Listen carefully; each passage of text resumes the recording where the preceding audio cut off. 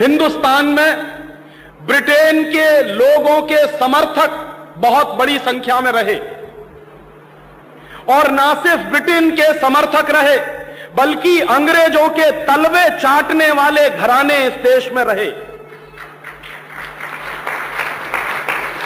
अंग्रेजों की जी हजूरी करने वाले घराने इस देश में रहे, और जिन खानदानों ने अंग्रेजों के जितने ज्यादा तलवे चाटे, उन्हीं खानदानों का नाम इस देश में गर्व से लेते हैं लोग।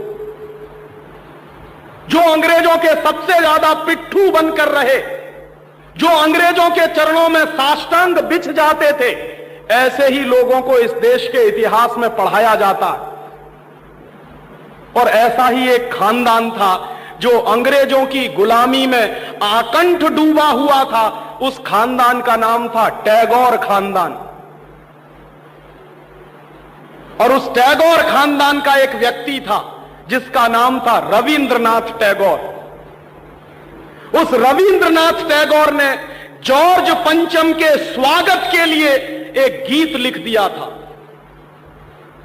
और ना सिर्फ उस आदमी ने वो गीत लिखा, बल्कि कलकत्ता में जब जॉर्ज पंचम पहुंचा और उस भरी सभा में जहां लाखों लोग उपस्थित थे, हिंदुस्तान की गुलामी का गीत गाया गया और ब्रिटेन के राजा का सम्मान किया गया। और यह काम रविंद्रनाथ टैगोर ने अपने मुंह से किया। और वो गीत कौन सा था जो रविंद्रनाथ टैगोर ने इंग्लैंड के राजा की स्तुति का गान करते हुए लिखा था? वो गीत वही है जिसको आप कहते हैं जनगण मन अधिनायक जय हे भारत भाग्य विधाता। बहुत शर्म आती है मेरे जैसे आदमी को जब वो गीत गाने के लिए कोई मुझे कहता है कि ये गाओ। क्यों गाएं उस गीत को? रविन्द्रनाथ टैगोर तो चापलूसी करते थे अंग्रेजों की। रविन्द्रनाथ टैगोर तो चाटुकार थे अंग्रेजों के, और रविन्द्रनाथ टैगोर तो साइकोफेंट थे अंग्रेजों के। इसलिए उन्होंने अंग्रेजों के राजा के सम्मान में वो गीत लिखा था। मैं तो नहीं हूं, मुझे तो अंग्रेजों की चापलूसी से कोई मतलब नहीं है।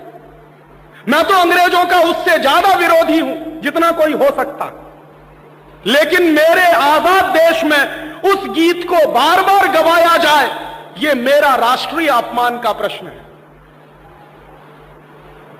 और जिस गीत को अंग्रेजों के राजा जॉर्ज पंचम के स्वागत में गाया था रविन्द्रनाथ टैगोर ने, वही गीत 5 दिन पहले दिल्ली के एयरपोर्ट पर गाया गया महारानी के सम्मान में। आपने कभी ध्यान दिया है उस गीत के शब्द क्या हैं और उन शब्दों का मतलब क्या है? जनगण मन अधिनायक जय हे, हिंदुस्तान की जनता के मनों के अधिनायक तुम्हारी जय हो, यह मतलब है।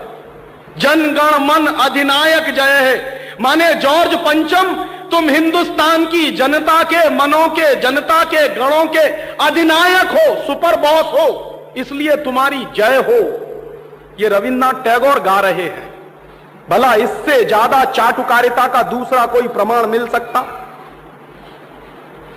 इससे ज्यादा साइकोफेंसी का दूसरा कोई प्रमाण आपको मिल सकता? और दूसरी लाइन है जनगण मन अधिनायक जय है भारत भाग्य विधाता, माने तुम भारत के भाग्य विधाता हो, माने हमारा भाग्य तुम लिख रहे हो। यह तो कोई भगवान से भी नहीं कहता है।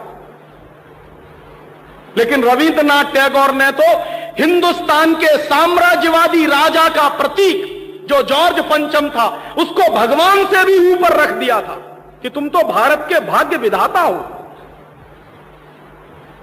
पंजाब सिंध गुजरात मराठा द्राविड़ उत्कल बंग, विंध्य हिमाचल यमुना जंगा, उच्छल जलधि तिरंग, तब शुभ नामे जागे तब शुभ आशीष मांगे।